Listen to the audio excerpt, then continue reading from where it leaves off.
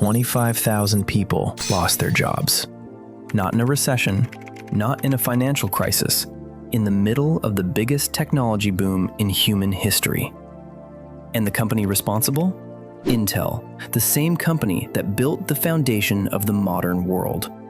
In 1968, two engineers named Robert Noyce and Gordon Moore started a company in Santa Clara, California with one simple goal: build better memory chips. Nobody knew it then, but those two men were about to change the entire world. By 1971, Intel created the world's first commercial processor chip, a tiny piece of technology that could think, that could process information, that could do in seconds what used to take entire rooms full of giant machines to do. The world had never seen anything like it. Then came 1981. IBM, the most powerful technology company on Earth at that time, was building its very first personal computer. They needed a chip. They looked at every option available. They chose Intel. That one decision made Intel untouchable.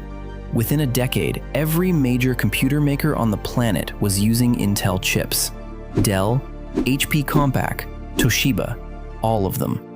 Intel Inside was not just a slogan on a sticker, it was a fact of life.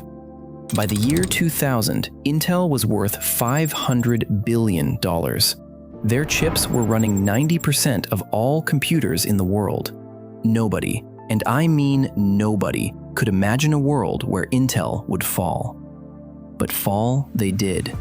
It did not happen overnight. It happened slowly, quietly, the way powerful things usually fall, not with one big crash, but through a long list of small decisions that nobody stopped to fix. The first warning came around 2016. Intel had built a new chip design, smaller, faster, more efficient. The plan was to launch it by 2018. It was delayed, then delayed again. While Intel was struggling in the lab, a company in Taiwan called TSMC quietly moved ahead. Their technology got better than Intel's.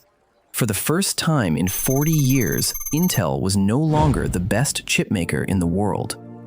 But Intel's leaders kept telling investors everything was fine. Everything was not fine. Then 2020 arrived. The world went into lockdown. Everyone stayed home. Artificial intelligence suddenly exploded into the center of everything. Companies needed powerful chips to train AI, and the best chips for this job were not Intel's chips. They were NVIDIA's chips. NVIDIA, a company originally known for making chips for video games, turned out to be perfectly built for AI. Within 2 years, NVIDIA became the most important chip company in the world.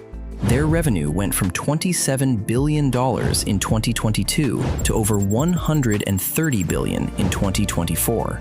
Their stock went from $200 to over $1,000 per share. And Intel had no answer. They built an AI chip called Gaudi, spent billions on it, but by the time it was ready, NVIDIA had already locked up 80% of the AI chip market. Amazon, Google, Microsoft, Meta, all of them had already signed with NVIDIA. Intel was too late. If this story is making you see things differently, hit subscribe. We cover the collapses that nobody else talks about. There is a lot more coming. Between 2011 and 2021, Intel spent over $100 billion buying back its own stock. Stock buybacks push the share price up and make executives richer, but that money is not going into research, not into better factories, not into hiring better people. It is going into the pockets of people who were already very rich. $100 billion gone. While TSMC was building better factories, while NVIDIA was hiring the best people, while AMD was designing faster chips, Intel's leaders were cashing out. Then came the CEO problem. Between 2013 and 2021, Intel had 3 different CEOs. Brian Krzanich left in 2018 after breaking company rules. Bob Swan, Intel's finance manager, not an engineer, was made CEO. By 2021, the board realized the mistake and brought back Pat Gelsinger, a real engineer who had spent 30 years at Intel and understood chips from the ground up. His plan was bold. Intel would not just design chips, it would also build chips for other companies the way TSMC does. The right idea, but it was expensive and going to take years. The market did not want to wait. Intel's stock fell from $68 in early 2021 to under $20 by late 2024. In December 2024, the board pushed Gelsinger out,